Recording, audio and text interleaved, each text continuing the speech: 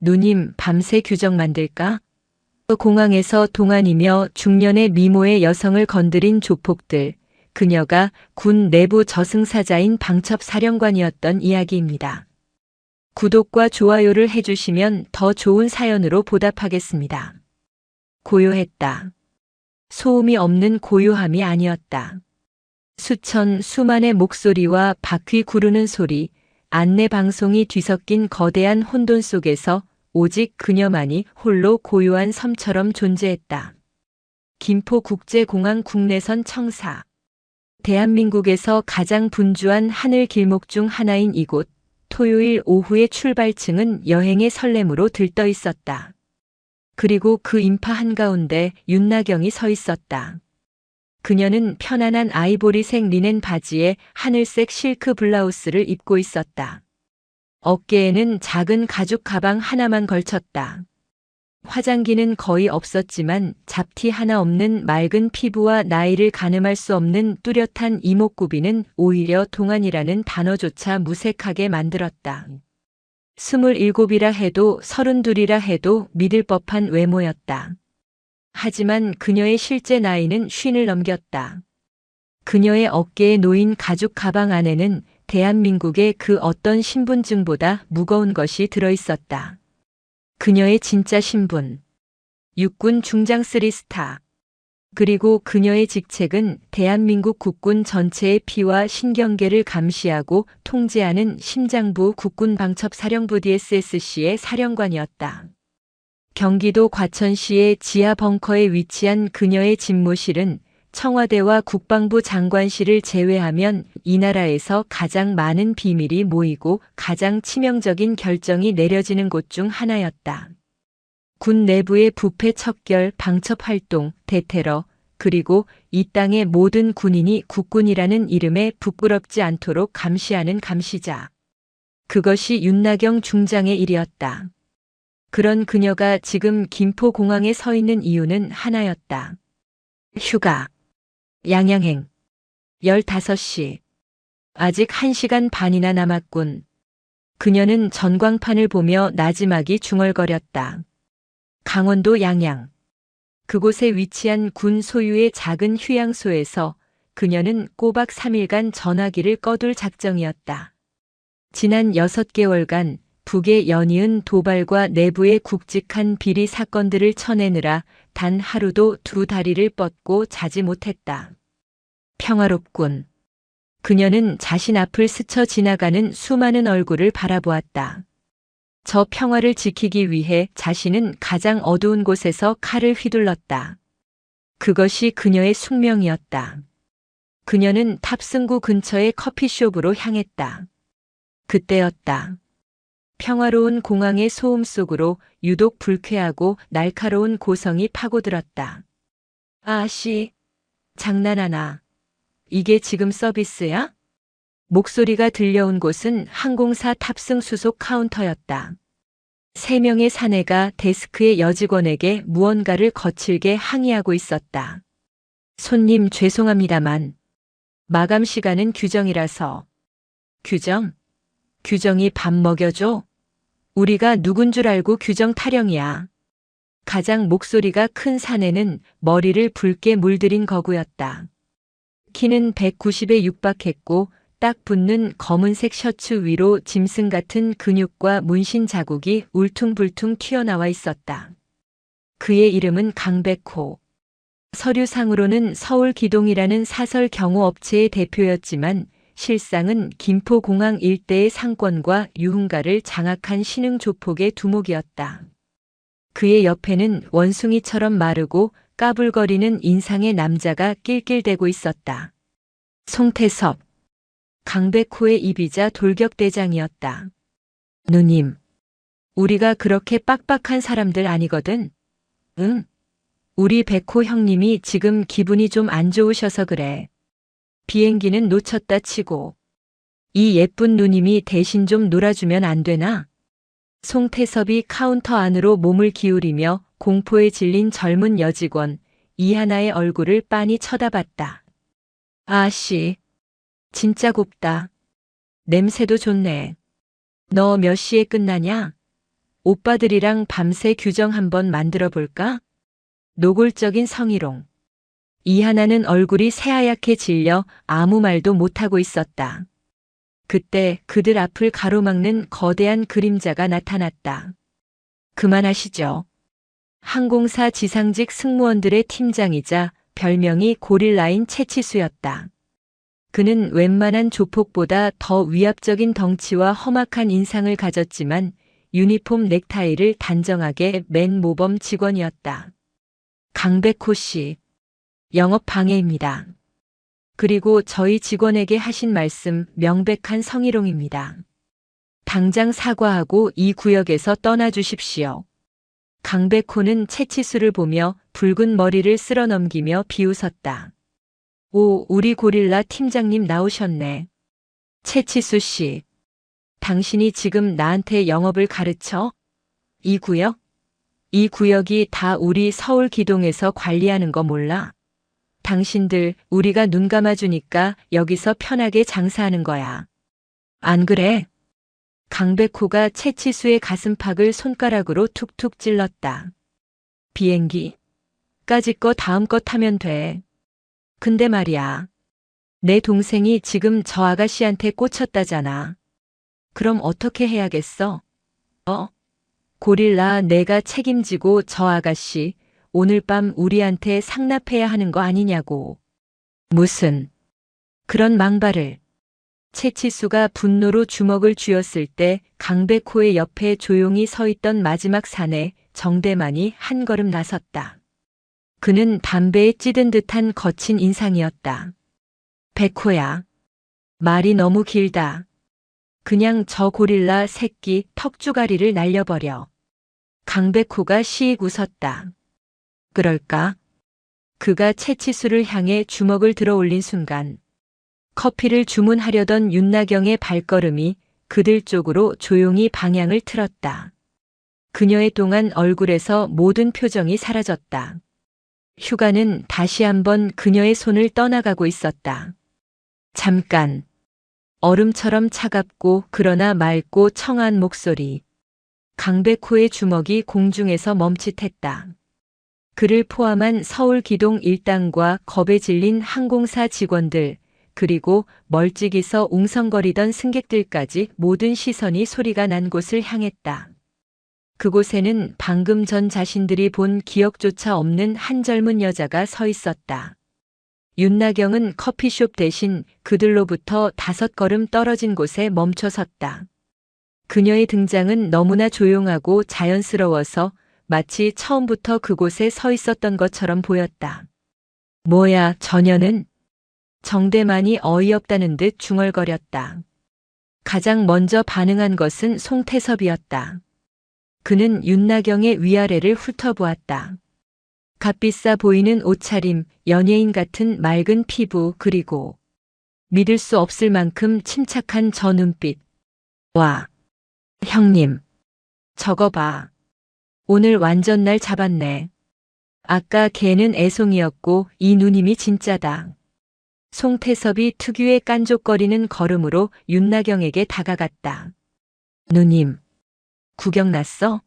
아니면 우리 백호 형님한테 관심 있어서 그래?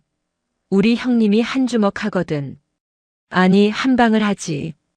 그가 음흉하게 웃으며 윤나경의 어깨에 손을 올리려 했다. 몸매 보니까 관리 좀 받으셨나 봐.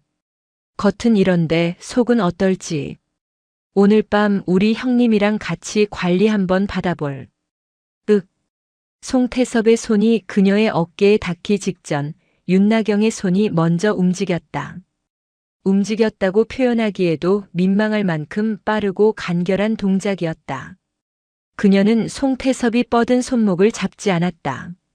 그저 자신의 손바닥을 들어 올려 뻗어오는 그의 손목 안쪽을 가볍게 톡하고 쳐올렸을 뿐이다. 하지만 그 톡하는 순간 송태섭은 자신의 손목부터 어깨까지 전기가 흐르는 듯한 격통과 함께 팔 전체의 감각이 사라지는 것을 느꼈다. 끄아. 그의 팔이 축 늘어졌다. 윤나경은 그 팔을 잡고 있던 것도 아니었다.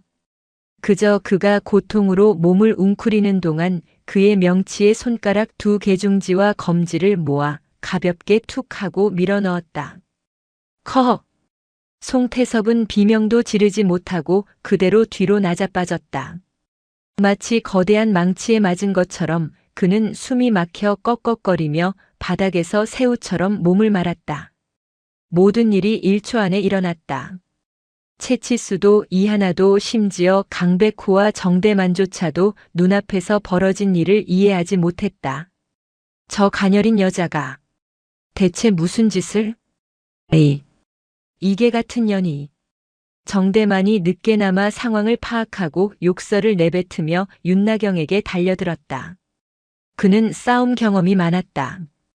그는 주먹 대신 여자의 머리채를 잡으려 손을 크게 휘둘렀다. 윤나경은 피하지 않았다. 그녀는 정대만이 달려드는 보폭에 맞춰 오히려 한 걸음 안으로 파고들었다. 정대만의 손이 그녀의 머리카락을 스치고 허공을 잡았다. 위험하다. 정대만이 본능적으로 느낀 순간 그의 시야에 들어온 것은 윤나경의 팔꿈치였다. 퍽! 그녀의 팔꿈치가 정대만의 턱 정중앙을 아래에서 위로 정확하게 강타했다. 뼈와 뼈가 부딪히는 둔탁한 소리가 공항 바닥에 울렸다. 정대만은 그 자리에서 뇌가 흔들리는 충격과 함께 자신의 이빨 몇 개가 부러져 입안을 굴러다니는 것을 느꼈다. 그는 그대로 뒤로 벌러덩 나자빠져 거품을 물고 경련을 일으켰다. 이제 남은 것은 강백호 하나였다. 강백호는 붉게 물든 머리카락이 쭈뼛 서는 것을 느꼈다.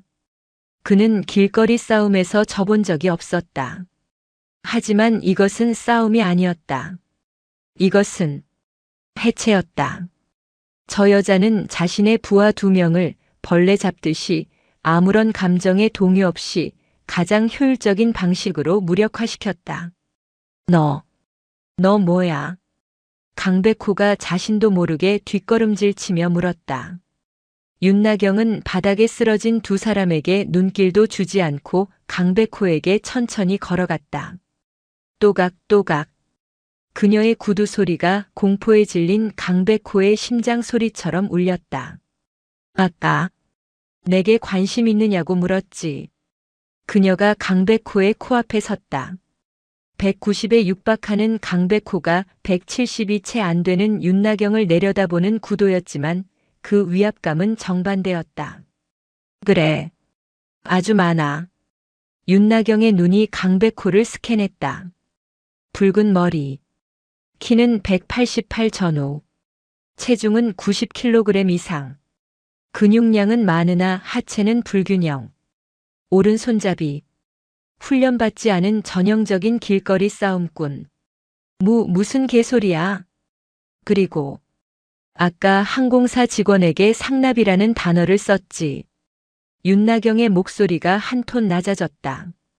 너 오늘 밤 성희롱이 아니라 국가기관 시설 내 안보 위협 및 공무 집행 방해 교사 혐의로 조사를 받게 될 거다. 뭐? 국가 안보? 이 미친년이 진짜. 강백호는 공포를 이기기 위해 분노를 쥐어짰다. 그는 남은 힘을 다해 윤나경의 멱살을 잡으려 손을 뻗었다. 윤나경은 그 손을 기다렸다는 듯이 잡아챘다. 그리고 그대로 몸을 회전시켰다. 유도나 합기도와는 달랐다. 그것은 오직 제압을 위해 만들어진 군용 특수 무술이었다. 강백호의 거대한 몸이 균형을 잃고 공중에 떴다가 바닥에 내다 꽂혔다. 쾅! 공항 대리석 바닥이 깨질 듯한 소음이 울렸다. 강백호는 숨을 쉴 수 없었다. 그의 등 뒤로 올라탄 윤나경이 그의 양팔을 등 뒤에서 꺾어 단 하나의 관절로 완벽하게 제압했다. 움직이지 마. 관절이 내 체중을 못 이기고 부서질 테니까. 끄악. 이거 놔, 이년아. 강백호가 발악했지만 윤나경은 꿈쩍도 하지 않았다. 그때 저 멀리서 뒤늦게 헐레벌떡 달려오는 공항 경찰의 모습이 보였다. 거기, 꼼짝 마. 뭐 하는 짓이야? 경찰관 2명이 달려왔다. 그중 선임으로 보이는 배가 불룩 나온 고판식 경장이었다. 웬 소란이야? 고판식 경장은 바닥에 쓰러진 정대만과 송태섭, 그리고 한 여자에게 제압당해 있는 강백호의 얼굴을 보고는 눈이 커졌다. 강 사장님? 이게 무슨 일입니까? 고판식은 윤나경을 향해 곤봉을 빼들었다. 웬 여자가? 강 사장님 괜찮으십니까? 아가씨 당장 손 떼.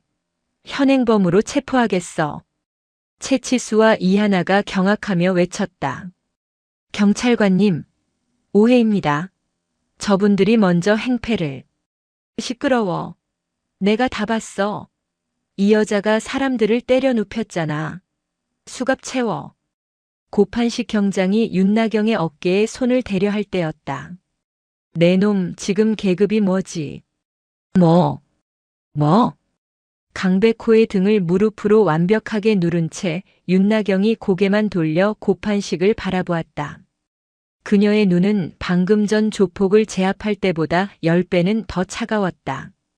내 놈의 더러운 손, 내 몸에 대기 전에. 내 상사 아니 경찰청장에게 전화할 준비나 해라. 윤나경은 자신의 가방에서 검은색 군용 위성 전화를 꺼내 들었다. 고판식 경장은 그 전화기를 보고 피식 웃었다. 무슨 90년대 영화에나 나올 법한 투박하고 검은색의 구형 전화기였다. 아가씨 지금 장난해? 어디서 그런 장난감 전화기를. 당장 안 일어나? 고판식이 그녀의 팔을 잡아채려 했다. 윤나경은 단축번호 1번을 길게 눌렀다. 신호음은 단 한 번 울렸다. 사령관님. 수화기 너머로 기계처럼 절도 있고 낮은 남자의 목소리가 들려왔다. 나다. 윤나경의 목소리는 그 한마디로 공항 터미널의 공기를 얼려버렸다. 그것은 아가씨의 목소리가 아니었다. 그것은 수만 명의 생사를 결정하는 지휘관의 목소리였다. 현 시간부로 타이거 스카이 코드 발령한다. 수화기 너머의 남자가 잠시 숨을 삼키는 소리가 들렸다. 타이거 스카이. 사령관 본인의 신변에 직접적인 위협이 가해졌거나 그에 준하는 국가 안보 위기가 발생했을 때 발동하는 방첩사 최고 등급의 비상 코드였다. 위치 김포국제공항 국내선. 민간인 복장. 적대 세력. 민간인 3명, 그리고 이들과 유착한 공항 경찰 1명. 고판식은 유착이라는 단어에 심장이 덜컥 내려앉는 것을 느꼈다. 방첩사령부 헌병단 특수임무대 SDT 전원 즉각 출동시킨다. 5분 내로 선발대 도착, 10분 내로 본대 현장 장악.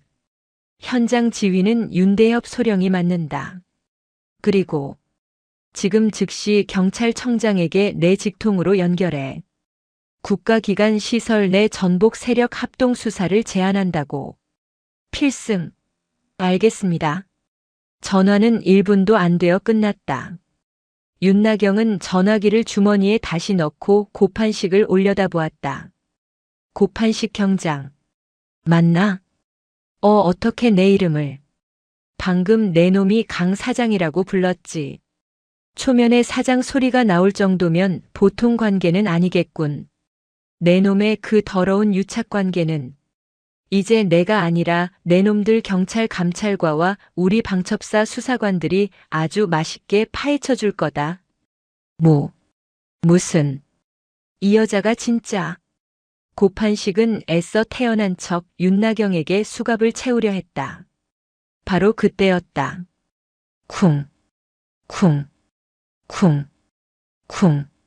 공항 터미널의 유리창이 덜덜 떨릴 정도의 육중한 군화발 소리가 저편 입구에서부터 들려오기 시작했다. 여행객들이 공포에 질려 양옆으로 갈라섰다. 그들 사이를 뚫고 검은색 특수 전투복에 방첩사 헌병이라는 노란색 마크를 붙인 완전 무장한 20명의 특수임무대원들이 한치의 오차도 없는 대형으로 달려오고 있었다. 그들의 살기 어린 눈빛은 공항의 평화로운 분위기와는 완벽하게 이질적이었다. 선두에 선 날카로운 눈매의 윤대협 소령이 강백호를 누르고 있는 윤나경을 발견했다. 그는 그 자리에서 멈춰 서서 터미널이 떠나가라 외쳤다. 필승, 사령관님, 방첩사령부 헌병단 특임대장 소령 윤대협, 사령관님의 타이거 스카이 코드 발령에 따라 현장에 도착했습니다. 사령관님, 바닥에 깔린 강백호 넋이 나간 고판식, 그리고 이 모든 것을 지켜보던 채치수와 이하나.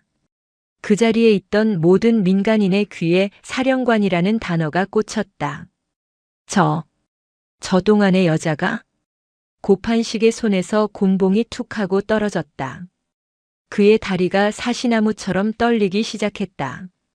국군 방첩사령관, 육군 중장, 3스타, 대통령과 국방부 장관에게 직보를 올리는 군 내부의 저승사자. 자신이 감히 그 저승사자의 몸에 곤봉을 대고 수갑을 채우려 했다. 윤나경은 그제야 강백호의 등에서 천천히 일어났다. 그녀는 흐트러진 머리카락을 우아하게 쓸어 넘겼다. 윤소령, 수고했다. 아닙니다. 저기 쓰러진 두 놈, 그리고 바닥에 있는 이놈. 서울기동 대표 강백호 외 2명. 즉시 신병 확보해 사령부 의무실로 이송 후 지하특수조사실에 각각 격리 수감한다. 필승. 헌병대원 4명이 달려들어 아직도 고통에 신음하는 송태섭과 정대만, 그리고 넋이 나간 강백호를 짐짝처럼 일으켜 세워 플라스틱 수갑을 채웠다. 이거 군발이 새끼들이 왜 민간인을. 강백호가 마지막 발악을 했지만 특임대원의 팔꿈치가 그의 명치를 찍어 누르자 컥 소리와 함께 잠잠해졌다. 그리고 저기 서 있는 공항 경찰. 윤나경이 고판식을 턱짓으로 가리켰다. 고판식은 그 자리에 주저앉을 뻔했다. 고판식 경장. 현행범 비호 및 직무유기 유착 혐의로 경찰청 감찰반이 도착할 때까지 현장에서 대기시킨다. 도주하거나 입을 열 생각 하지 마. 예. 고판식은 군인도 아니면서 자신도 모르게 군대식 경례를 붙일 뻔했다. 모든 상황이 5분 안에 정리되었다. 방첩사 헌병들은 이미 현장 폴리스 라인을 치고 공항 CCTV를 확보하고 채치수와 이하나를 피해자 겸 참고인으로 정중하게 보호하고 있었다. 윤나경은 자신의 가방을 다시 어깨에 메었다. 그리고 자신을 멍하니 바라보고 있는 이하나에게 다가가 부드러운 미소를 지었다. 놀랐죠, 이하나 씨? 아, 네. 저, 으세요? 나는 괜찮아요. 하지만 하나 씨는 오늘 많이 힘들었겠어요. 무서운 세상이지만 오늘처럼. 저기 저 채치수 팀장님처럼 용기 있는 사람들도 많아요. 그러니까 잊지 말고 힘내요. 윤나경이 그녀의 어깨를 따뜻하게 두드려 주었다. 그녀는 윤대협 소령에게 걸어갔다. 윤소령, 나는 예정대로 휴가. 아니, 휴가는 취소다. 사령부로 복귀한다. 예, 사령관님. 지휘 차량 대기시켰습니다. 아니. 윤나경은 고개를 저었다.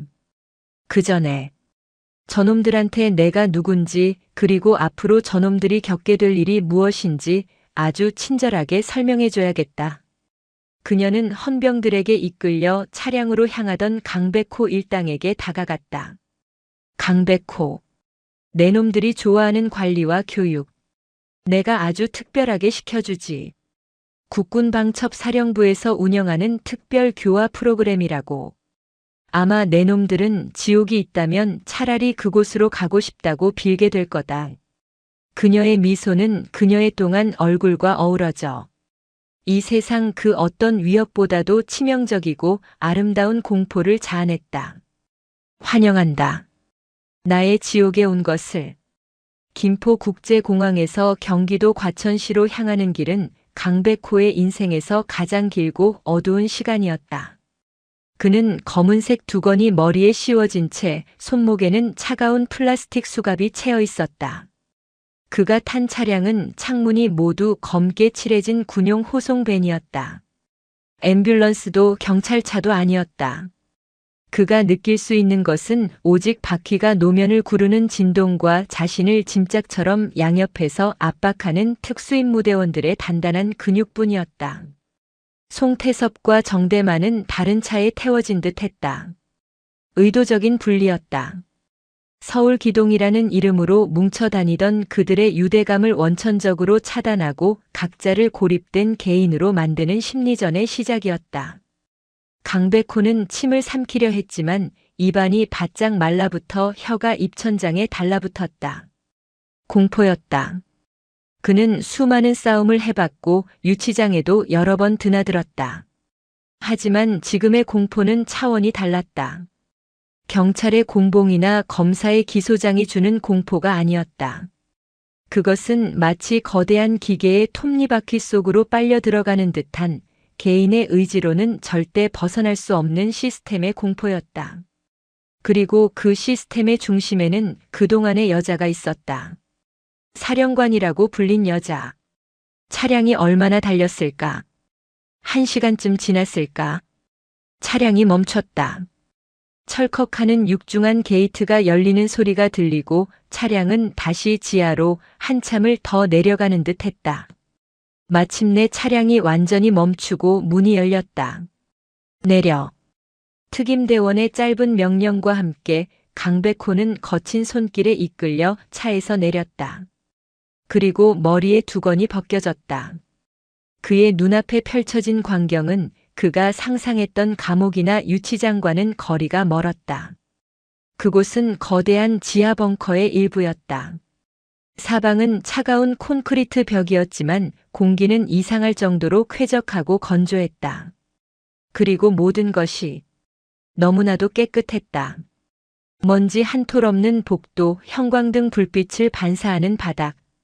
이곳은 사람을 가두는 곳이라기보다는 거대한 슈퍼컴퓨터를 보관하는 서버실 같은 인상을 주었다. 그곳이 바로 대한민국 국방의 가장 깊은 두뇌이자 가장 날카로운 수술칼, 국군 방첩 사령부 DSSC의 심장부 과천 지하 벙커였다. 강백호, 송태섭, 정대만은 각각 다른 정화실로 끌려 들어갔다. 그곳에서 그들은 모든 옷을 벗어야 했다.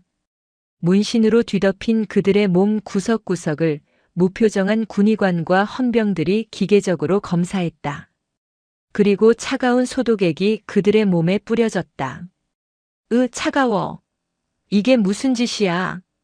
송태섭이 비명을 질렀지만 헌병은 그의 뺨을 때리는 대신 그의 목덜미를 움켜쥐고 소독액 샤워기 밑으로 밀어 넣었다. 모든 정화가 끝난 뒤 그들에게 주어진 것은 똑같은 아무런 표식도 없는 짙은 회색의 수용복이었다. 그들이 걸쳤던 명품 시계, 순금 목걸이, 두꺼운 지갑. 그들의 힘을 상징했던 모든 것이 사라졌다. 그들은 이제 강백호, 송태섭, 정대만이 아니었다. 그저 수용자 1호, 수용자 2호, 수용자 3호일 뿐이었다. 그들은 각각 다른 특별조사실로 옮겨졌다. 강백호가 들어간 방은 온통 하얀색이었다. 벽도 천장도 바닥도. 그리고 방 한가운데에는 바닥에 고정된 작은 책상과 의자 하나뿐이었다. 문이 닫히자 방 안에는 쏴으하는 낮은 백색 소음만이 울렸다. 고문실이라기엔 너무나도 평온했지만 그 완벽한 고립감은 사람의 신경을 갉아먹기에 충분했다. 강백호가 의자에 앉아 초조하게 다리를 떤 지 1시간쯤 지났을까. 철컥. 문이 열리고 한 사내가 들어왔다. 윤나경 중장이 아니었다. 그는 전투복 차림이었지만 어깨에는 장교의 다이아몬드나 부사관의 작대기가 아닌 굵직한 원사 계급장이 달려 있었다. 그의 이름은 권혁. 해군 특수전전단 UDT에서 15년을 복무하고 그 실력을 인정받아 방첩사령부 특수수사팀으로 차출된 살아있는 전설이었다. 그의 별명은 해결사가 아닌 분해자였다. 그 어떤 완강한 범죄자도 그의 앞에선 부품처럼 분해되어 모든 것을 털어놓게 된다는 의미였다. 권혁 원사는 아무 말 없이 강백호의 맞은편에 앉았다. 그리고 두꺼운 서류철을 탁 소리나게 내려놓았다. 강백호, 해병대 1사단, 병 109X기, 포항에서 근무했군. 한 번 해병은 영원한 해병. 내가 군 생활 중에 쓴 편지에 있던 문구다. 강백호의 동공이 격렬하게 흔들렸다. 자신의 군 복무 기록, 심지어 부모님께 보낸 편지의 내용까지. 전역 후 6개월. 서부 트럭 터미널에서 하역 일을 했어. 성실했다고 하더군. 그러다 서울 기동의 전신인 와일드캣에 가입했지. 돈 때문에. 그리고 3년 만에 내가 그 조직을 먹었어. 힘으로. 권혁 원사는 서류를 보지 않았다. 그는 강백호의 모든 것을 외우고 있었다. 넌 내가 강하다고 생각하지, 강백호. 넌 강한 게 아니야. 넌 그저 내가 제압할 수 있는 약한 자들만 골라서 상대해 온 거다. 진짜 강함이 뭔지 넌 잊었어. 아니, 애초에 몰랐던 건가. 권혁 원사가 자리에서 일어났다. 그리고 강백호의 뒤로 걸어갔다. 내가 오늘 건드린 분이 누군지 아나? 사령관. 이라던데. 국군 방첩사령관. 윤나경 중장님. 대한민국 육군 3스타. 내 상사다. 권혁이 강백호의 어깨를 마치 거대한 바위가 짓누르듯 움켜쥐었다. 강백호는 어깨뼈가 부서지는 듯한 고통을 느꼈지만 신음조차 내지 못했다. 사령관님께서는 너희 같은 쓰레기들을 참교육시키는 것을 아주 좋아하시지. 첫 번째 교육이다. 힘의 재정에. 내가 가진 그 알량한 근육은 진짜 힘 앞에서는 아무 쓸모도 없다는 걸 깨닫게 해주지. 그 같은 시각 옆 조사실의 송태섭은 다른 방식의 교육을 받고 있었다. 그의 앞에는 윤대협 소령이 앉아 있었다. 송태섭. 말 많은 건 좋은 버릇이야. 특히 지금 같은 상황에선 난 아무것도 몰라요. 모른다고? 윤대협이 웃었다. 그는 태블릿 PC를 켜서 송태섭 앞에 내밀었다. 화면에는 인천의 한 낡은 수산시장에서 생선 상자를 나르고 있는 한 중년 여성의 모습이 실시간으로 나오고 있었다. 어머니? 내 어머니 박순애 여사. 매일 새벽 4시에 일어나서 저기서 일하시지. 류머티즘 관절염 때문에 손가락이 다 휘었는데도 아들 내미 용돈 준다고. 넌 그 돈 받아서 저기 강백호 밑에서 개처럼 지저대며 여자나 희롱하고 다녔고. 아니야.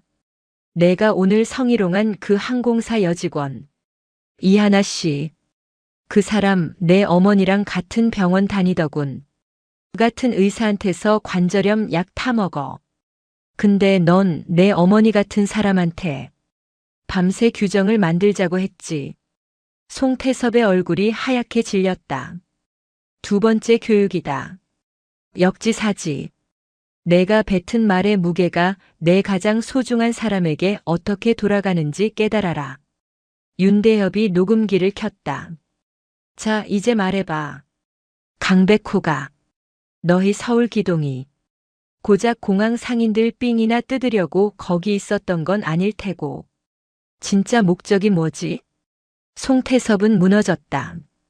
자신의 밑바닥 인생이 그리고 가장 신성하게 여겼던 어머니의 모습이 저 악마의 소나귀에 완벽하게 분석되어 있었다.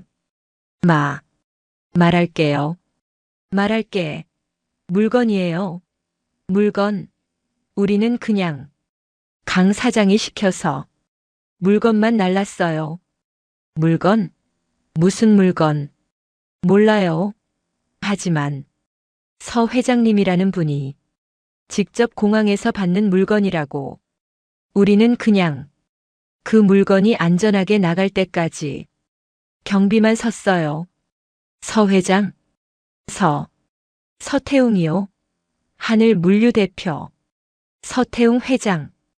드디어 윤나경 중장이 기다리던 이름이 튀어나왔다. 그녀는 자신의 집무실 거대한 모니터 월을 통해 이 모든 참교육 과정을 실시간으로 지켜보고 있었다. 그녀는 인터컴을 눌렀다. 윤소령. 확보해. 서태웅. 지금 당장. 과천 방첩사령부 지하 벙커의 공기는 윤나경 중장의 명령 하나에 차갑게 얼어붙었다. 서태웅이라는 이름이 지휘 통제실의 메인 스크린을 가득 채웠다. 하늘 물류. 김포와 인천 두 개의 국제공항을 기반으로 하는 거대 물류 회사. 서류상으로는 항공 화물 포워딩, 기내식 케이터링, 공항 면세품 운송 등을 주력으로 하는 매우 성공한 중견 기업이었다. 윤소령. 서태웅의 프로필. 예, 사령관님. 윤대협 소령이 스크린 옆에 서서 마치 작전 브리핑을 하듯 보고를 시작했다. 서태웅. 나이 48. 자수성가형 사업가. 10년 전 작은 용역 회사로 시작해 현재 김포국제공항 민간 화물 터미널의 지분 40% 이상을 보유 중입니다. 정계와 관계, 특히 국토교통부 항공정책실과 매우 유착이 깊은 것으로 보입니다. 정치권. 역시나 윤나경이 턱을 괴었다. 단순한 조폭 비리가 아니었다. 송태섭의 진술에 따르면 강백호의 서울 기동은 서태웅이 고용한 게에 불과합니다. 그들의 역할은 서태웅이 특별한 물건을 반출입할 때 공항 내부에서 소란을 피우거나 시선을 끄는 양동 작전을 담당했던 것으로 보입니다. 물건을 숨기기 위해 더 큰 소란을 피운다. 고전적이지만 효과적인 수법이군. 그렇습니다. 그리고 그 과정에서 공항경찰 고판식 경장에게 정기적인 상납금을 제공하며 현장 통제를 용이하게 만들었습니다. 윤나경은 자리에서 일어났다. 그녀의 동안 얼굴은 차가운 분노로 굳어 있었다. 고판식은 꼴이다. 강백호도 꼴이야. 서태웅. 이놈이 몸통인지 아니면 더 큰 몸통의 꼴이인지는 직접 만나봐야 알겠지. 그녀는 권혁 원사에게 연결했다. 권 원사. 강백호는 예, 사령관님. 지금 참교육 3단계 해병대 정신 주입 중입니다. 연병장에서 팔강모 정신에 대해 다시 배우고 있습니다. 수화기 너머로 하나, 둘, 셋, 넷, 머리 박아 하는 쩌렁쩌렁한 군가가 희미하게 들려왔다. 강백호는 방첩사 헌병대 연병장 흙바닥에서 자신이 그토록 자랑스러워했던 해병대 시절의 대가리 바가를 수십 명의 헌병들 앞에서 홀로 하고 있었다. 그의 육체적 자존심은 이미 산산조각 나 있었다. 됐어. 그만 시키고 내 사무실로 데려와. 손님 맞을 준비를 해야지. 강백호는 땀과 흙먼지로 범벅이 된 채 사령관실로 끌려왔다. 그의 붉은 머리카락은 땀에 젖어 축 늘어져 있었다. 그는 윤나경의 거대한 집무 책상 앞에 서서 감히 고개도 들지 못했다. 앉아. 윤나경의 목소리에 그는 기계적으로 의자에 앉았다. 강백호. 넌 내가 해병인 게 자랑스러웠나? 내가 오늘 공항에서 보여준 모습은 해병이 아니었다. 그저 군복무 시절 배운 폭력으로 약자들을 괴롭히는 사회의 암세포였지. 죄송합니다. 내게 죄송할 것 없어. 넌 내가 배신한 해병대라는 이름에 사죄해야지. 윤나경은 그에게 물 한 잔을 건넸다. 강백호는 떨리는 손으로 물을 받아 단숨에 들이켰다. 서태웅. 윤나경이 본론을 꺼냈다. 강백호의 어깨가 움찔했다. 내 놈의 진짜 주인이더군. 내 놈은 그저 주인이 던져주는 뼈다귀나 받아먹는 게였고 송태섭이 다 불었다. 정대만도 마찬가지고. 넌 이제 혼자야 강백호. 서태웅은 지금쯤 내 놈의 꼬리를 자르고 도망갈 준비를 하고 있겠지. 그럴 겁니다. 강백호가 처음으로 입을 열었다. 그의 목소리는 완전히 죽어 있었다. 서 회장은 그런 사람입니다. 자기가 살기 위해선 뭐든지 버리는 사람입니다. 알고 있었군. 알면서도 개 노릇을 한 건가. 돈 때문이었습니다. 그리고 무서웠습니다. 그 사람은 우리 같은 조폭과는 다릅니다. 뭐가 다르지? 그 사람은 힘이 있습니다. 진짜 힘이요. 경찰 고위 간부들, 국회의원들, 그 사람들과 매일 골프를 치는 사람입니다. 저 같은 놈은 그냥 발가락 떼만도 못하게 봅니다. 그 특별한 물건이 뭔지 아나? 모릅니다. 정말입니다. 하지만 일본에서 개인 비행기로 들어온다고 들었습니다. 서 회장이 직접 세관도 거치지 않고 자기 하늘 물류 창고로 빼돌립니다. 우리는 그때마다 일부러 공항 다른 구역에서 소란을 피웠습니다. 공항 경찰들의 시선을 그쪽으로 돌리게요. 윤나경의 눈이 번뜩였다. 일본 개인 비행기 세관 통과 안함. 이것은 단순한 밀수가 아니었다. 이것은 공항 보안 시스템 전체가 붕괴되었다는 뜻이었다.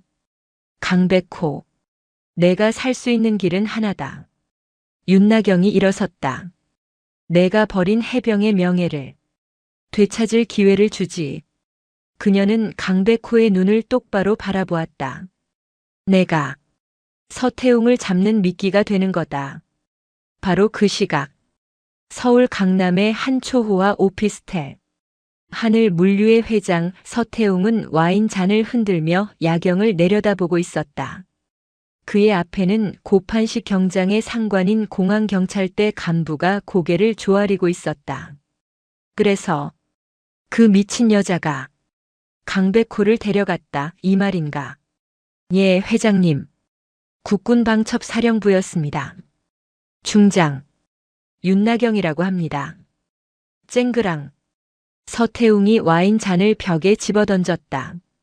윤나경. 강철의 백목련 말인가? 젠장. 왜 그 여자가? 서태웅은 이 바닥의 생리를 잘 알았다. 경찰이나 검찰은 윗선을 통해 얼마든지 막을 수 있었다. 하지만 방첩사는 달랐다. 그들은 대통령 직속의 칼날이었다. 강백호 그 멍청한 새끼. 입을 열었겠군. 어떡하시겠습니까, 회장님? 어떡하긴. 꼬리 잘라야지. 서태웅이 휴대전화를 들었다. 나다. 플랜 B. 강백호. 그 새끼 당장 처리해. 그놈이 있던 곳, 그놈이 만난 놈들. 싹 다 지워. 그리고 난 지금 당장 일본으로 뜬다. 비행기 준비시켜. 예, 회장님. 서태웅은 급하게 옷을 갈아입었다. 윤나경. 내가 아무리 날고 기어도 여긴 내 하늘이야. 감히 내 비행기를 막을 순 없을걸. 그는 몰랐다. 그가 통화한 그 비서의 전화는 이미 방첩사령부의 특수감청팀에 의해 실시간으로 도청되고 있었다는 것을. 윤나경의 집무실 스피커폰에서 서태웅의 목소리가 울려 퍼졌다. 강백호. 처리하라고 하는군. 윤나경이 강백호를 싸늘하게 바라보았다. 강백호는 자신의 사형 선고를 직접 들은 사람처럼 얼굴이 잿더미가 되었다. 이제 알겠나? 내가 믿었던 주인의 실체를. 넌 이미 죽은 목숨이야, 강백호. 하지만 내 손을 잡으면 살 수 있어. 윤나경이 강백호의 어깨에 손을 올렸다. 그리고 내 놈을 처리하려 했던 내 놈의 주인에게 아주 통쾌한 복수를 할 기회를 주지. 어때? 해병. 마지막 전투 한번 화끈하게 해보겠나? 강백호는 떨리는 주먹을 쥐었다.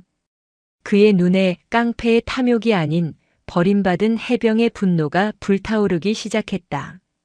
명령. 내려주십시오.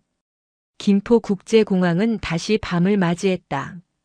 하지만 이 밤은 어제의 평화로운 밤과는 질적으로 달랐다. 공항 관제탑의 핵심 요원들 그리고 보안 검색대의 책임자들은 자신들 옆에 조용히 서 있는 국군방첩사령부 소속의 군인들에 의해 사실상 통제되고 있었다. 작전명 클린 스카이. 윤나경 중장이 직접 명명한 서태웅 검거 및 공항 내부 부패 세력 일소 작전이었다. 사령관님, 목표 서태웅 이동 시작. 강남 오피스텔 출발, 공항 고속도로 진입했습니다. 예상 도착 시간 20분.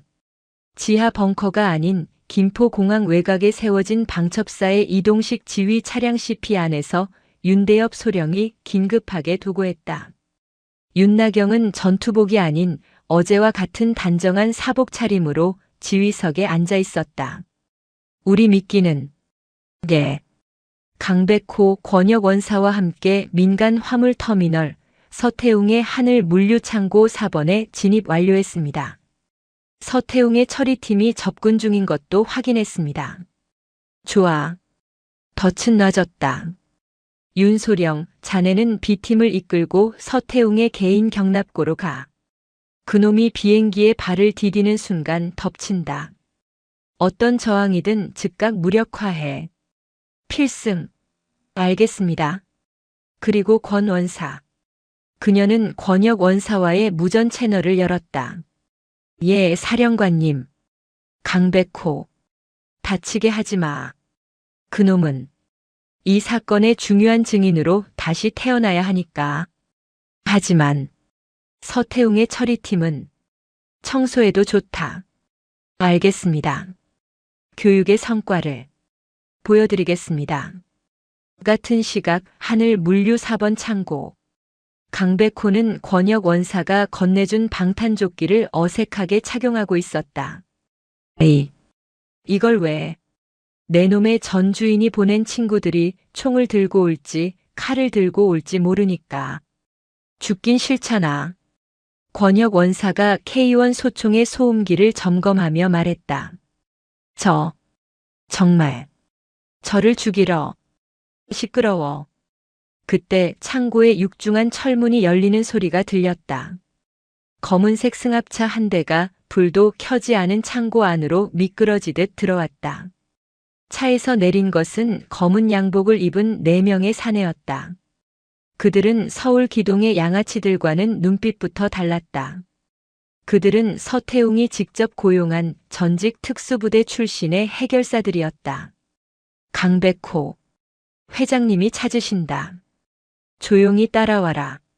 선두에 선 사내가 품 안에서 권총을 꺼내며 말했다. 강백호는 권혁 원사를 쳐다봤다. 권혁은 어둠 속에서 고개를 끄덕였다. 싫다고 하면?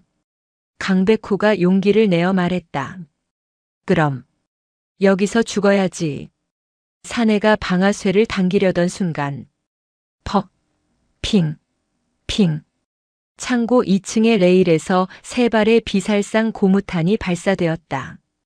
사내들은 비명도 지르지 못하고 쓰러졌다. 어둠 속에서 방첩사 특임대원들이 그림자처럼 쏟아져 내려와 그들을 제압했다. 강백호는 이 모든 것이 30초도 안 되어 끝났다는 사실에 할 말을 잃었다. 권혁 원사가 강백호의 어깨를 툭 쳤다. 이게 내가 말한 진짜 힘이다, 강백호. 그리고 넌 방금 그 힘의 편에 섰어. 가자. 내 놈의 주인이 잡히는 걸 내 눈으로 직접 봐야지. 김포공항 개인 경납고. 서태웅의 검은색 마이바흐가 활주로에 미끄러지듯 멈춰섰다.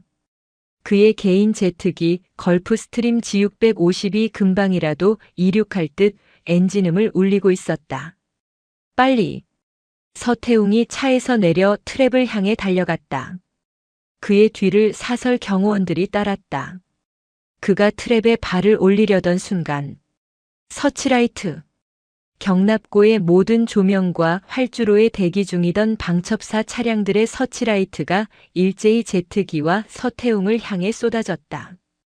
밤이 순식간에 대낮처럼 밝혀졌다. 멈춰라. 윤대협 소령의 확성기 소리와 함께 검은색 특수 전투복의 특임대원들이 사방에서 그들을 포위했다. 에이, 이 개자식들이.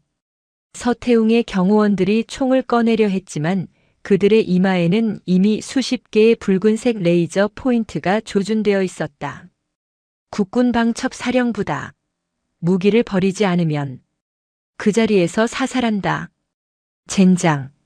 서태웅은 모든 것이 끝났음을 직감했다. 그는 천천히 두 손을 머리 위로 올렸다. 그때 포위망을 뚫고 한 대의 검은색 세단이 활주로로 들어섰다. 그리고 차에서 내린 것은 단정한 사복 차림의 윤나경 중장이었다. 그녀는 또각또각 구두 소리를 내며 마치 패션쇼의 런웨이를 걷듯 서태웅에게 다가갔다. 서태웅 회장. 맞으시죠? 그녀의 동안 얼굴에는 모든 것을 끝낸 자의 여유로운 미소가 걸려 있었다. 비행기가 아주 멋지네요. 혹시 이 안에 제가 찾는 물건도 실려 있습니까? 당신을 불법 군수물자 밀반출 및 국가보안법 위반 혐의로 긴급 체포합니다. 서태웅이 마지막 남은 자존심으로 그녀를 노려보며 으르렁거렸다. 윤나경. 중장. 당신. 큰 실수하는 거야. 내가 누군 줄 알고. 내 뒤에. 당신 뒤에 누가 있든 상관없습니다. 윤나경이 그의 귓가에 오직 그에게만 들릴 정도로 속삭였다. 나는 독사의 꼬리를 잡으러 온 게 아니거든. 난 그 꼬리를 흔든 독사의 머리를 잡으러 왔으니까. 그녀는 윤대협 소령에게 고개를 끄덕였다. 윤소령. 비행기 내부 샅샅이 뒤져. 아마 우리가 찾던 물건의 장부가 저 안에 있을 거야. 필승. 특임대원들이 제트기 내부로 진입했다. 그리고 잠시 후 한 대원이 외쳤다. 사령관님, 찾았습니다. 특별 화물 목록과 암호화된 USB입니다. 윤나경은 서태웅을 보며 미소 지었다. 고맙군요, 서 회장. 당신이 당신의 주인에게 가는 가장 빠른 길을 안내해 주셔서. 그녀는 이동식 지휘 차량으로 이끌려가는 강백호와 눈을 마주쳤다. 강백호는 자신을 죽이려 했던 주인이 저렇게 무력하게 끌려가는 모습을 보며 말로 표현할 수 없는 감정에 휩싸였다. 그는 윤나경을 향해 자신도 모르게 허리를 굽혀 깊이 고개를 숙였다. 그의 참교육은 끝났고 개과천선의 첫걸음이 시작되고 있었다. 윤나경은 밤하늘을 올려다보았다. 이제 진짜 청소를 시작해볼까? 경기도 과천시 국군방첩사령부 지하 벙커의 공기는 지상과는 다른 밀도를 가졌다. 그 중에서도 가장 깊고 가장 차가운 공기가 감도는 곳은 특수조사실이었다. 방음벽으로 마감된 하얀 방. 책상과 의자 외에는 아무것도 없어 시간의 흐름조차 잊게 만드는 그곳에 하늘 물류 대표 서태웅이 앉아 있었다. 그는 더 이상 강남의 호화로운 오피스텔에서 야경을 즐기던 회장이 아니었다. 값비싼 정장은 구겨졌고 머리는 헝클어졌으며 손목에는 차가운 수갑이 채여 있었다. 하지만 그의 눈빛만은 여전히 오만했다. 이게 무슨 짓들인지 압니까? 그가 맞은편에 앉은 그림자처럼 조용한 사내에게 말했다. 분해자 권역 원사였다. 당신들, 군바리들이지. 군대가 민간인을, 그것도 나 서태웅을 이렇게 불법으로 감금해? 내 변호사, 아니 검찰총장이 지금 나를 찾고 있을 거요. 당신들 전부 군복 벗을 준비해야 할 텐데. 권혁 원사는 아무 말 없이 서태웅이 10분째 떠드는 것을 지켜보기만 했다. 그는 서류를 넘길 뿐 서태웅에게 눈길 한 번 주지 않았다. 내 인내심에도 한계가 있어. 당장. 시끄럽군. 권혁 원사가 처음으로 입을 열었다. 그의 목소리는 마치 깊은 바다 밑바닥에서 울리는 듯 낮고 무거웠다. 서태웅. 당신이 지금부터 만날 변호사는 군 검찰관이 될 거요. 그리고 당신을 찾을 사람은 검찰총장이 아니라 당신의 주인이 보낸 청소부들이겠지. 무슨. 강백호를 처리하라고 지시했더군. 당신을 위해서 10년간 개처럼 일한 놈을. 당신도 그렇게 처리될 거라는 생각은 안 해봤나? 서태웅의 얼굴이 순간 굳었다. 권혁 원사는 맞은편 벽에 설치된 거대한 화면을 켰다. 그곳에는 복잡한 암호로 가득 찬 컴퓨터 화면이 떠 있었다. 윤대엽 소령이. 당신의 그 멋진 개인 비행기에서 회수한 물건이요. 우리 사령부 사이버팀이 밤새도록 뜯어봤지. 당신 단순히 밀수만 한 게 아니더군. 화면이 바뀌었다. 암호가 풀린 문서 하나가 화면을 가득 채웠다. 그것은 선적 목록이었다. 이게 뭔지 아나? 권혁이 물었다. 산업기계 부품이요. 정당하게 수입. 거짓말. 권혁이 책상을 쾅 내리쳤다. 이건 대한민국 율곡전자에서만 생산되는 차세대 반도체 제조 공정에 필요한 초임계 식각 장비의 핵심 모듈이다. 이 나라가 앞으로 50년을 먹고 살 기술이지. 법으로 전략 물자로 묶여 있어 우리 우방국들에게조차 수출이 금지된 물건이다. 권혁이 서태웅의 멱살을 잡아채 화면 앞으로 끌고 갔다. 근데 넌 이 귀한 걸 일본을 경유해서 어디로 빼돌렸지? 서태웅의 눈이 격렬하게 흔들렸다. 말해, 이 반역자 새끼야. 내 놈의 주인이 누구야? 같은 시각 사령관실. 윤나경 중장은 지휘 통제실의 메인 스크린을 통해 권혁 원사의 모든 신문 과정을 지켜보고 있었다. 그녀의 동안 얼굴은 분노로 차갑게 식어 있었다. 이대령. 예, 사령관님. 윤대협 소령이 그녀의 뒤에서 부동자세로 섰다. 서태웅이 입을 열 때까지 기다릴 시간이 없다. 그놈이 꼴이라면 꼬리를 흔든 머리는 이미 도망갈 준비를 마쳤을 거다. 하지만 확보된 증거만으로는 서태웅 개인의 밀수 혐의로 끝날 수 있습니다. 그 머리를 특정할 수 있다. 윤나경이 화면의 한 부분을 가리켰다. 서태웅의 USB에서 나온 암호화된 자금 흐름도였다. 돈은 수백 개의 유령 회사를 거치며 세탁되었지만 그 최종 종착지는 단 하나를 가리키고 있었다. 유성그룹과 EUSEONG GROUP. 윤대협의 눈이 커졌다. 유성그룹. 대한민국 재계 서열 5위. 반도체, 중공업, 바이오를 아우르는 거대한 괴물. 이 나라 경제의 기둥 중 하나. 설마 유성그룹이. 서태웅의 하늘 물류는 유성그룹이 10년 전 분사시킨 자회사 중 하나다. 그리고 율곡전자는 유성그룹의 핵심 계열사지.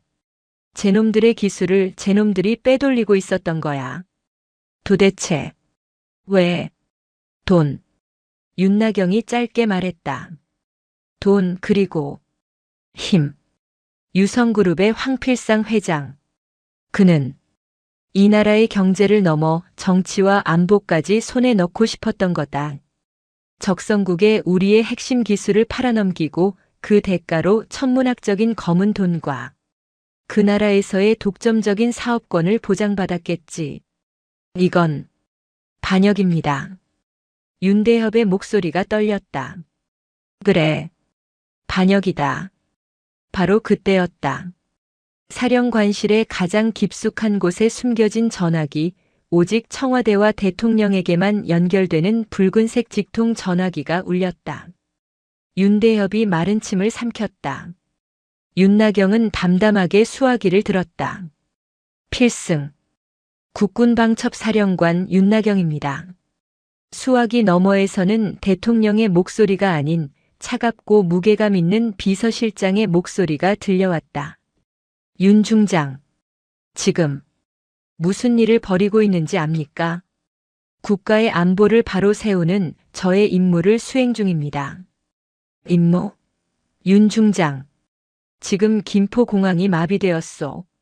재계 5위인 유성그룹의 물류 라인이 방첩사의 무장병력에 의해 점거되었다는 보고가 빗발치고 있소. 이게 윤 중장이 말하는 임무요? 범죄의 현장을 확보하는 중입니다. 윤 중장. 비서실장의 목소리가 날카로워졌다. 황필상 회장은 이 나라 경제 그 자체요. 그가 무너지면 대한민국 수출길이 막히고 수십만 개의 일자리가 사라집니다.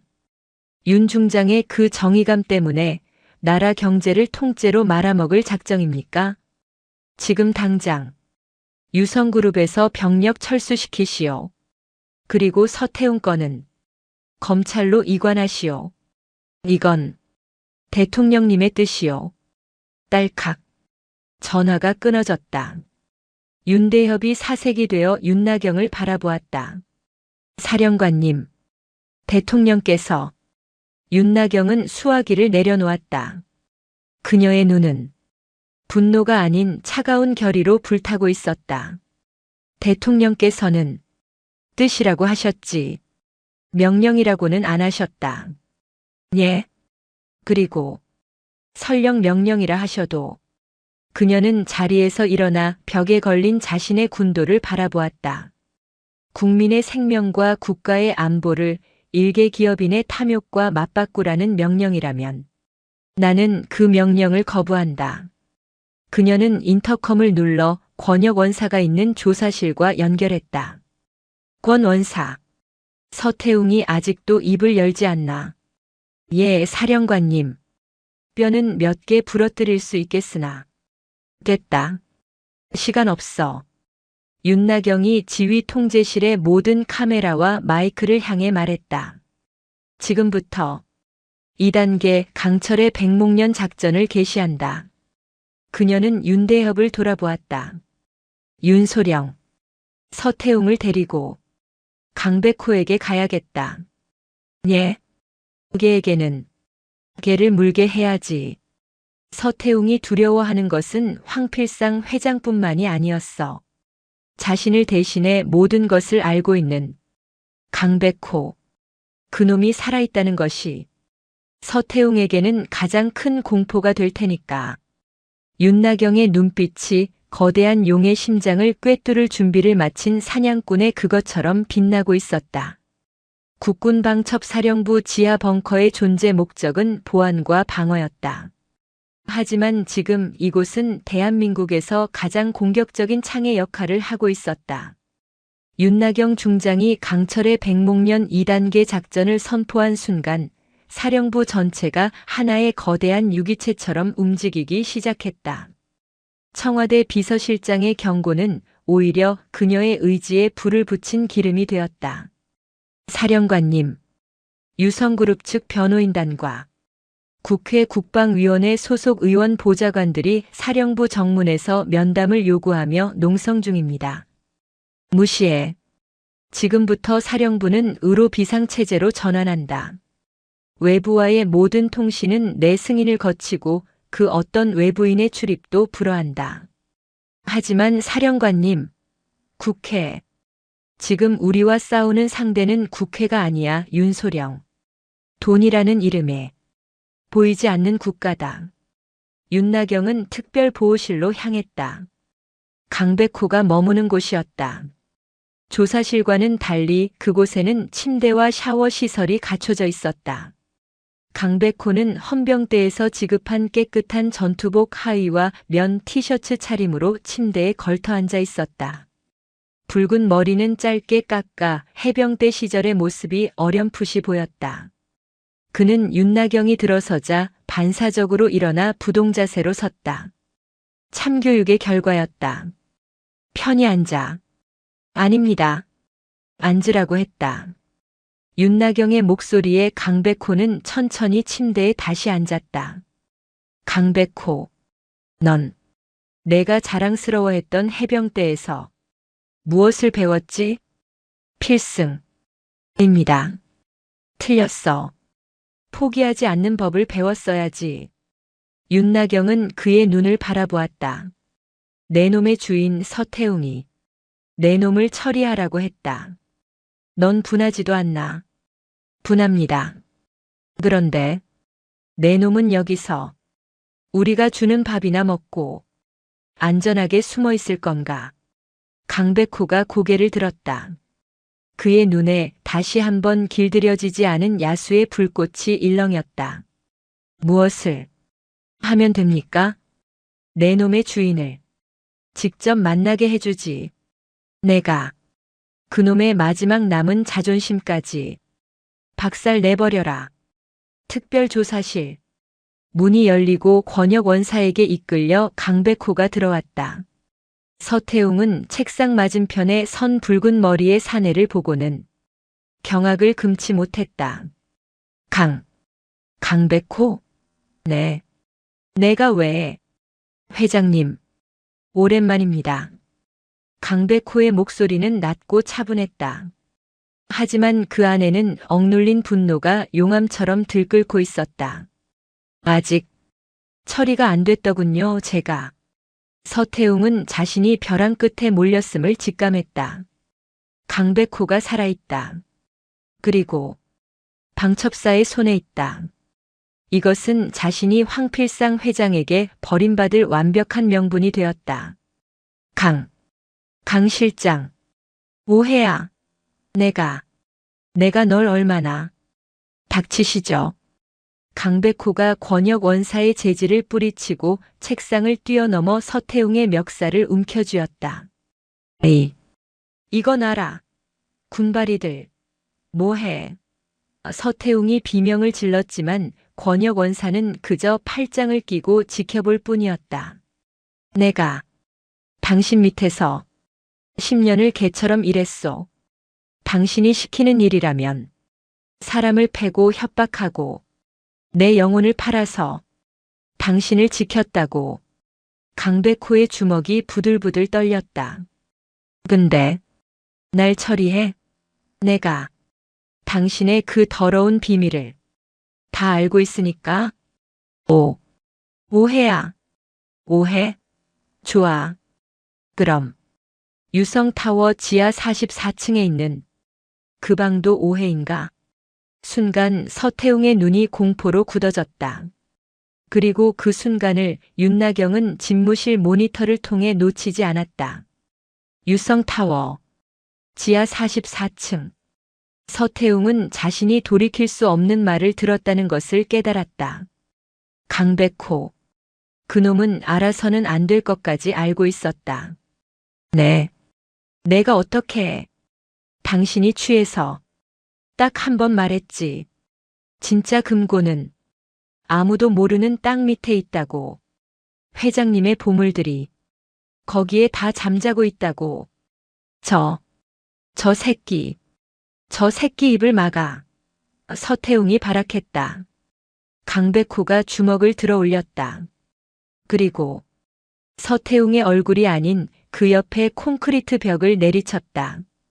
쾅! 벽이 울리고 강백호의 손등에서 피가 터져 나왔다. 난 당신 같은 쓰레기랑 달라. 강백호는 피 흘리는 손을 들어 서태웅의 뺨을 툭툭 쳤다. 난 여기서 다시 태어날 거다. 당신은 여기서 영원히 썩어. 강백호는 서태웅을 내팽개치고 조사실을 걸어 나왔다. 윤나경의 집무실. 유성타워. 지하 44층. 그녀의 입가에 차가운 미소가 번졌다. 윤소령. 지금 당장 유성타워의 건축도면 보안 시스템.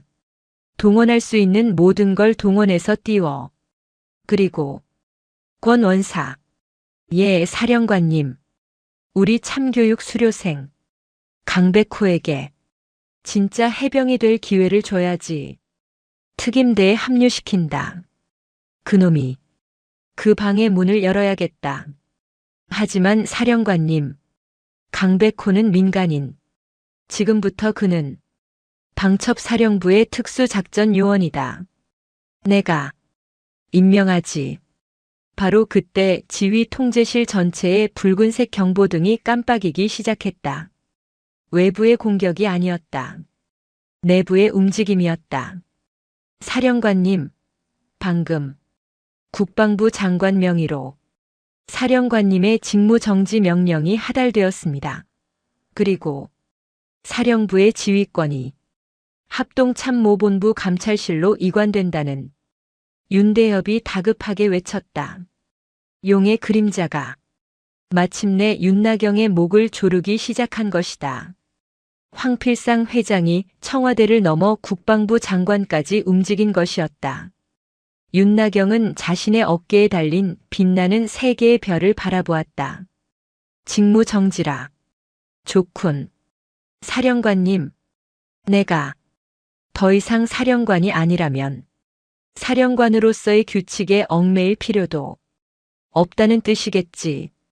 그녀는 자리에서 일어나 벽에 걸린 군도가 아닌 캐비닛 깊숙한 곳에서 검은색 아무런 표식도 없는 특수 방탄복과 권총을 꺼내 들었다. 윤소령, 권원사, 그리고 강백호. 그녀가 인터컴을 통해 사령부의 핵심 요원들을 호출했다. 지금부터 정규군의 작전은 끝났다. 비인가 작전을 개시한다. 나와 함께 지옥에 갈 준비가 되었나? 그녀의 눈은 강철의 백목련이라는 그녀의 별명처럼 차갑고도 아름다운 광기로 불타고 있었다. 그녀는 군복을 벗는 한이 있더라도 저 거대한 용의 심장을 찢어밟길 작정이었다. 서울의 밤하늘, 그 중에서도 가장 빛나는 심장부인 강남. 그곳에 거대한 바벨탑처럼 솟아오른 유성타워. 황필상 회장의 탐욕과 권력을 상징하는 그 건물은 철옹성 그 자체였다. 하지만 모든 철옹성에는 쓰레기가 나가는 구멍이 있기 마련이다. 유성타워 지하 5층, 거대한 폐기물 처리장. 음식물 쓰레기의 시큼한 냄새와 소독약 냄새가 뒤섞인 혼탁한 공기 속으로 한 대의 낡은 폐기물 수거 트럭이 미끄러져 들어왔다. 아이디 카드. 피곤에 절은 보안 요원이 트럭 운전석을 향해 손을 내밀었다. 운전석에서 내린 것은 양호열이라는 이름표를 단 지저분한 작업복 차림의 사내였다. 아니, 여기. 보안 요원이 카드를 받아 리더기에 대는 순간 트럭의 조수석과 뒷좌석에서 검은 그림자 셋이 튀어나왔다. 퍽, 크, 쉿. 보안 요원은 비명도 지르지 못하고 권혁 원사의 손에 목덜미가 잡혀 그대로 기절했다. 동시에 윤대협 소령이 보안실의 CCTV를 무력화하고 내부 통신망을 장악했다. 그리고 마지막으로 내린 사내. 강백호였다. 그는 양호열의 어깨를 툭 쳤다. 고맙다 호열아. 백호 형. 이게 대체 무슨 일이야? 형. 감옥 간 줄 알았는데 더 큰 감옥을 청소하러 가는 길이다. 강백호는 양호열이 건네준 유성타워 내부 관리자용 마스터키 카드를 받아들었다. 넌 어서 빠져나가. 이 일은 우리가 알아서 해. 형, 조심해. 여긴 진짜 괴물이 사는 곳이야. 양호열의 트럭이 사라지고 지하 5층 폐기물 처리장에는 어둠과 함께 4명의 침입자만이 남았다. 권혁, 윤대협, 강백호. 그리고 오랜만에 맡아보는군. 이 더러운 냄새.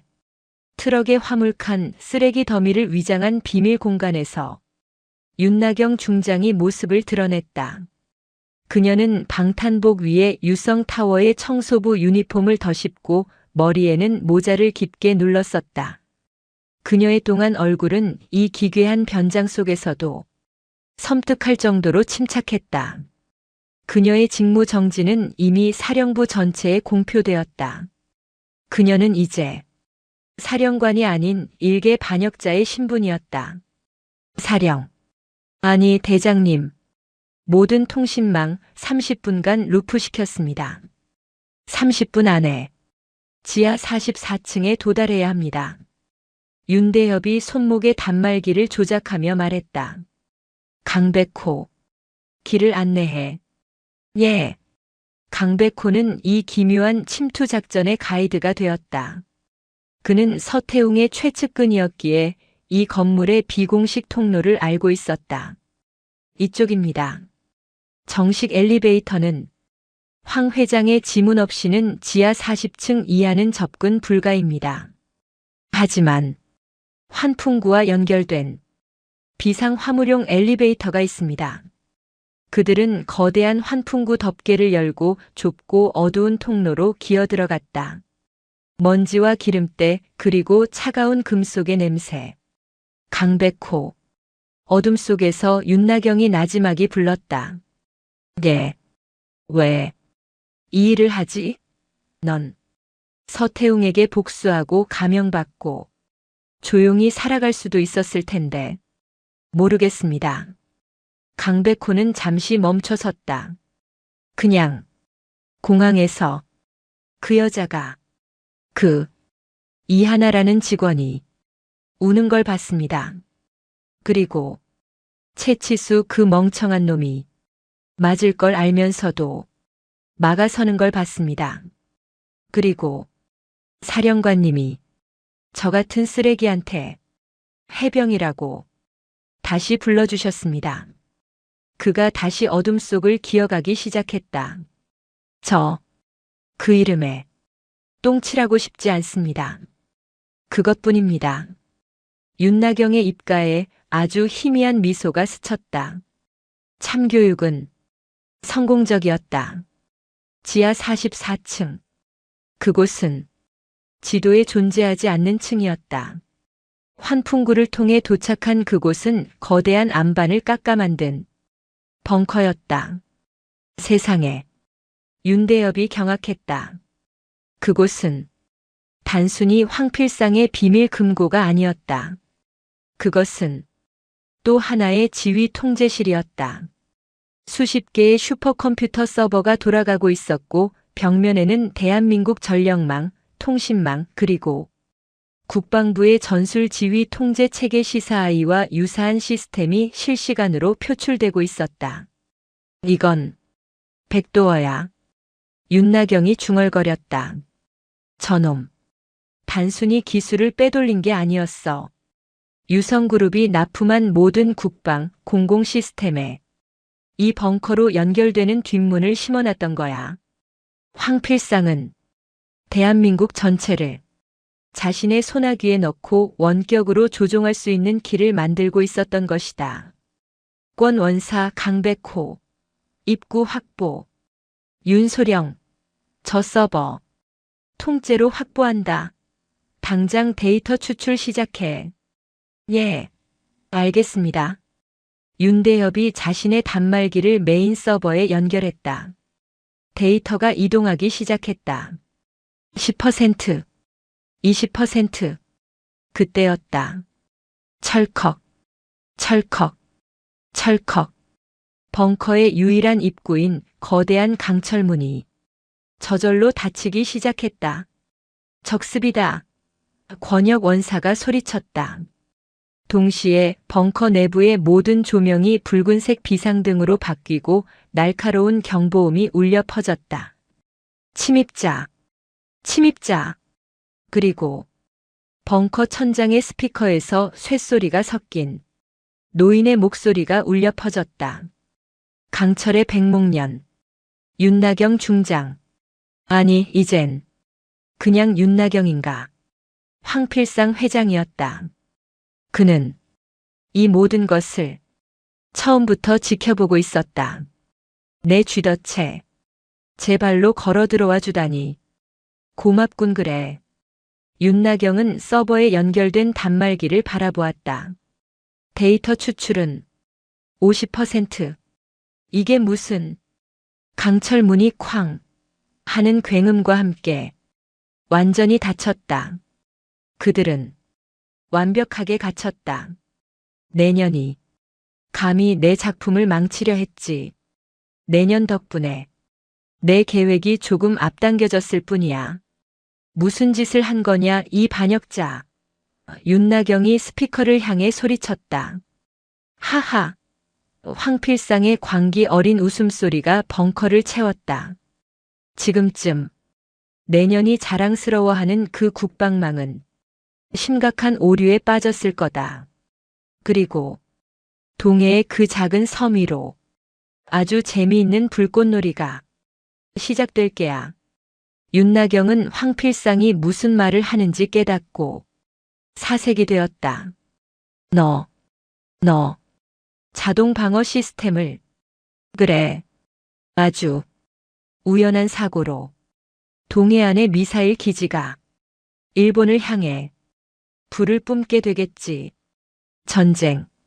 그래, 전쟁이야말로 이 늙은이의 유성그룹이 다시 한번 도약할 수 있는 최고의 기회가 아니겠나.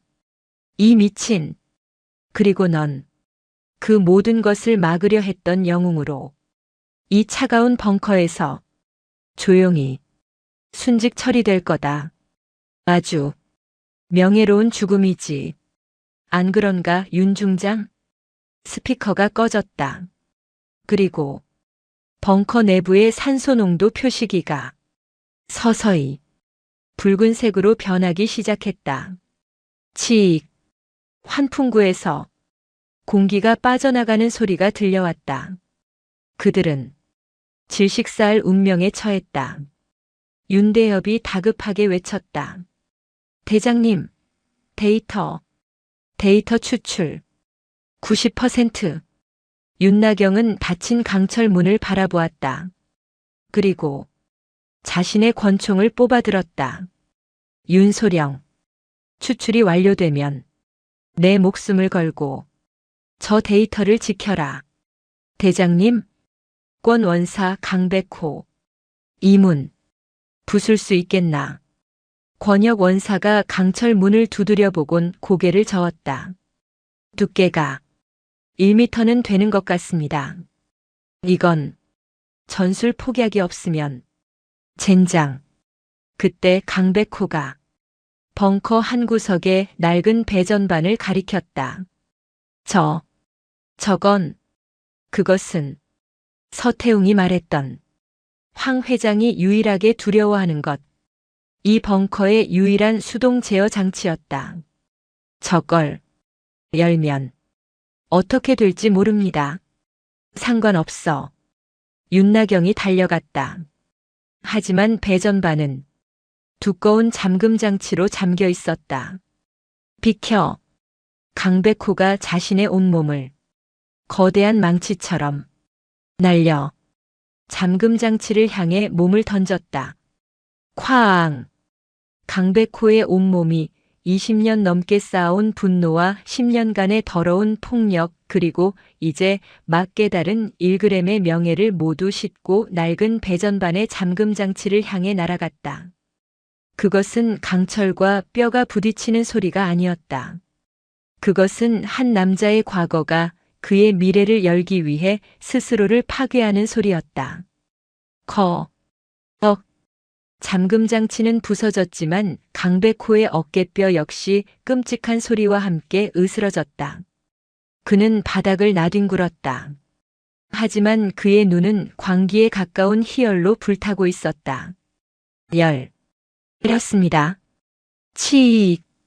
배전반의 덮개가 열리자 그 안에는 수백 가닥의 전선과 함께 이 벙커의 모든 생명줄을 통제하는 수동 차단기가 붉은 빛을 뿜어내고 있었다. 대장님, 데이터 98%. 산소 농도 5분 후 임계점. 윤대협과 권혁이 동시에 외쳤다. 시간은 황필상의 편이었다. 윤소령, 데이터를 지켜.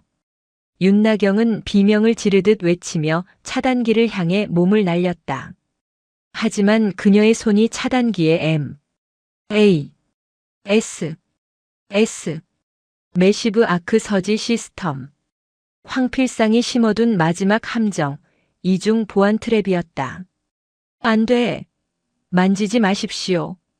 권혁 원사가 소리쳤다. 하지만 강백호가 더 빨랐다. 그는 부서진 어깨를 이끌고 윤나경을 옆으로 밀쳐내며 자신의 거대한 몸으로 차단기 자체를 감싸 안았다. 사령관님. 그가 차단기를 움켜쥐고 있는 힘껏 아래로 내렸다. 콱! 수만 볼트의 전류가 강백호의 몸을 처리장치 삼아 벙커의 모든 시스템으로 역류했다.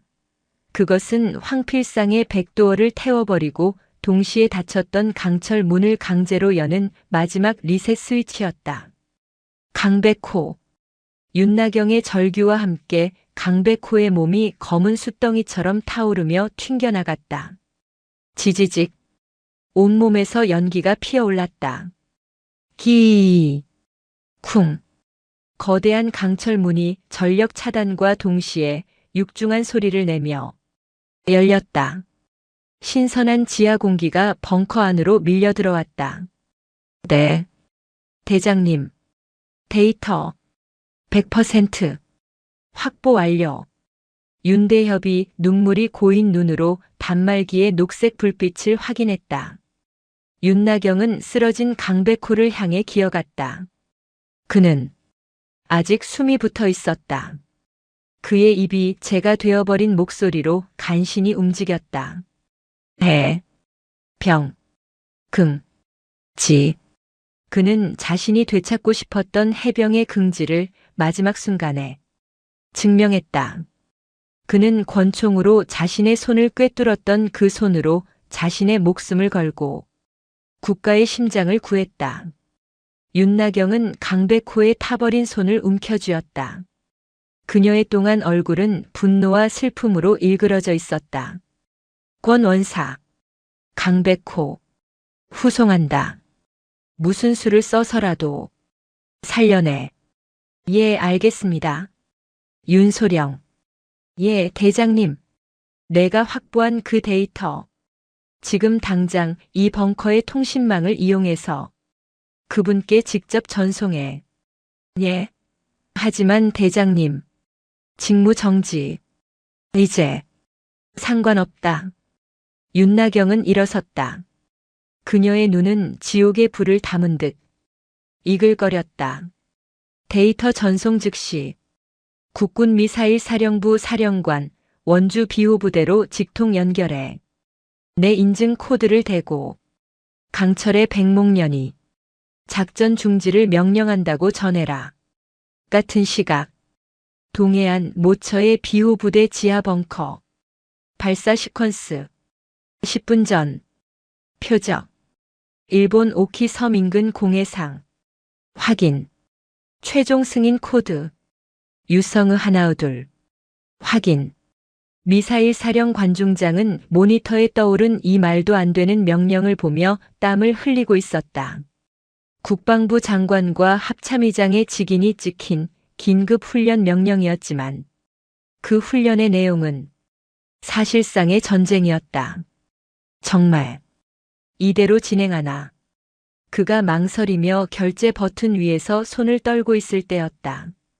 따르르릉. 그의 집무실에 있는 오직 단 한 사람, 국군 방첩 사령관하고만 연결되는 붉은색 비상 전화기가 울렸다. 그는 떨리는 손으로 수화기를 들었다. 윤 중장? 지금. 자네. 직무 정지. 수화기 너머로 연기 냄새가 섞인 차갑고 갈라진 윤나경의 목소리가 들려왔다. 사령관. 지금 당장. 그 망할 발사 버튼에서 손 떼십시오. 윤 중장.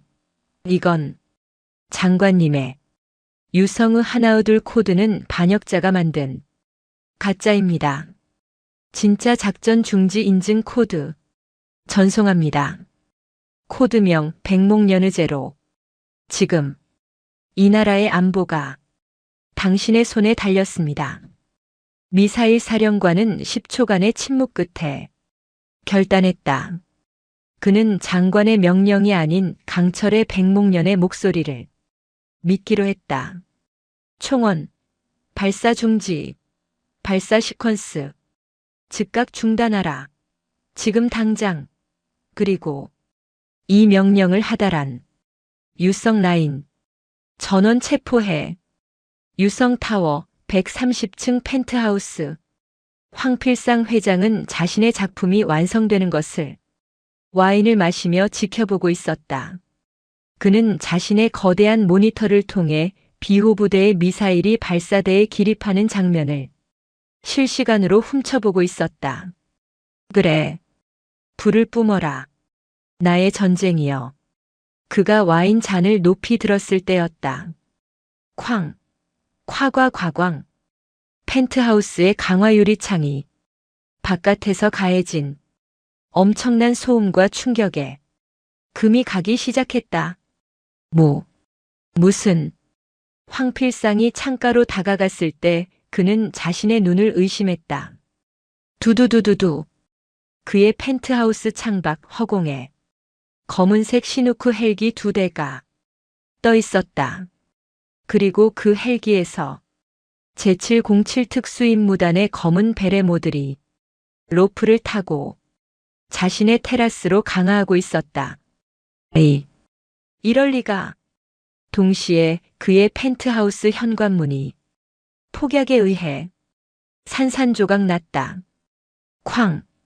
연기 속에서 검은 방탄복과 방독면을 쓴 윤대협 소령과 권혁 원사가 그를 향해 총구를 겨누고 있었다. 어떻게. 내 놈들이. 황필상은 벙커의 문이 열렸다는 것을 깨달았다. 황필상. 헬기의 거센 바람을 맞으며 테라스에서 한 여자가 걸어 들어왔다. 청소부 유니폼은 벗어던지고 검은 방탄복 차림에 그을음으로 동안의 얼굴이 얼룩진 윤나경 중장이었다. 그녀는 직무 정지된 사령관이 아니었다. 그녀는 대통령의 직접 명령을 받고 이 반역의 심장부를 도려내기 위해 온 집행관이었다. 내 놈의 전쟁은 끝났다. 황필상은 모든 것을 잃었음을 깨닫고 광기 어린 웃음을 터뜨렸다. 내가 졌다고 생각하나? 내가 무너지면 이 나라 경제가. 닥쳐. 윤나경은 강백호가 피 흘리며 건넨 그 데이터 칩을 황필상의 얼굴에 던졌다. 내 놈이 판 것은 기술이 아니었어. 내 놈이 판 것은 이 땅에서 내 놈을 믿고 살아온 수천만 국민들이 목숨이었다. 그녀는 자신의 권총을 뽑아 황필상의 이마가 아닌 그의 무릎을 정확히 쐈다. 탕. 끄아악. 내 놈은 영웅처럼 죽을 자격도 없어. 넌 내 놈이 판 기술로 고통받은 사람들이 피눈물을 평생 감옥에서 무릎 꿇고 참회하게 될 거다. 윤나경은 쓰러진 황필상을 내려다보며 무전기를 들었다. 방첩사령부. 강철의 백목련이다. 용의 머리. 확보했다. 작전 종료. 에필로그. 그 후 한 달 뒤 대한민국은 유성 게이트로 인해 건국 이래 최대의 혼란과 동시에 가장 거대한 정화를 겪었다. 황필상의 지하 벙커에서 나온 데이터는 정계, 재계, 법조계 그리고 군 내부의 암세포를 모조리 적시하고 있었다. 수백 명이 체포되었고 대한민국은 뼈아픈 수술을 감내해야 했다. 국군 수도병원 중환자실. 콜록. 전신에 붕대를 감은 강백호가 간신히 눈을 떴다. 그의 붉은 머리는 모두 타버렸지만 그의 눈빛은 살아있었다. 그의 앞에는 고릴라 채치수와 항공사 직원 이하나가 꽃바구니를 들고 서 있었다. 당신들이 여길 왜? 이하나가 눈물을 글썽이며 고개를 숙였다. 감사합니다. 저희 공항 직원 일동이 모금했어요. 당신이 아니었다면 강백호는 그들의 감사라는 말이 자신의 으스러진 어깨보다 더 아프게 느껴졌다. 그때 병실 문이 열리고 윤나경 중장이 완벽한 정복 차림으로 들어왔다. 나가들 보게 채치수와 이하나는 세 개의 별에 압도되어 경례를 하고 좁은 병실을 빠져나갔다. 윤나경은 붕대만 남은 강백호의 침대맡에 섰다. 꼴이 말이 아니군. 죄송합니다. 죄송할 것 없다. 내가 2천만 수도권 시민과 5천만 국민 그리고 한일간이 전쟁을 막았으니까. 윤나경은 대통령의 서명이 담긴 특별 사면장과 국가유공자 증서를 그의 붕대 위에 올려놓았다. 이게 뭡니까? 내 놈이 참교육을 수석으로 수료했다는 증서다. 윤나경의 입가에 아주 옅은 미소가 걸렸다. 강백호, 넌 내가 저지른 죄에 대한 죗값은 이미 그 불길 속에서 다 치렀다. 이제 남은 인생은 국가유공자로 그리고 해병으로 떳떳하게 살아. 강백호는 아무 말도 하지 못했다. 그저 붕대 밖으로 나온 그의 눈에서 뜨거운 눈물이 흘러내렸다. 김포국제공항. 1년 뒤. 어서 오십시오. 양양행. 이하나가 밝은 목소리로 승객을 맞이하고 있었다. 공항은 그날의 소동을 잊은 듯 평화로웠다. 하지만 그녀의 데스크 위에는 국군 장병 여러분 감사합니다라는 작은 팻말이 놓여 있었다. 과천 국군방첩사령부. 윤나경 중장은 양양행 비행기 표를 찢어 쓰레기통에 버렸다. 그녀의 휴가는 이번에도 날아갔다. 사령관님, 유성그룹 잔당 마지막 한 놈까지 청소 완료했습니다. 그리고 강백호 교관께서 이번 신임 요원들 참교육이 아주 만족스럽다고 하십니다. 권혁 원사와 윤대협 소령의 보고에 윤나경은 창밖을 바라보았다.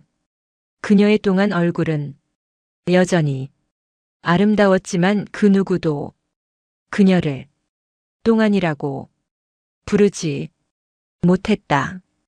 그녀는 강철의 백목년이니까. 그녀의 참교육은 아직 끝나지 않았다. 오늘도 요지경 사연을 잘 들어주셔서 감사합니다.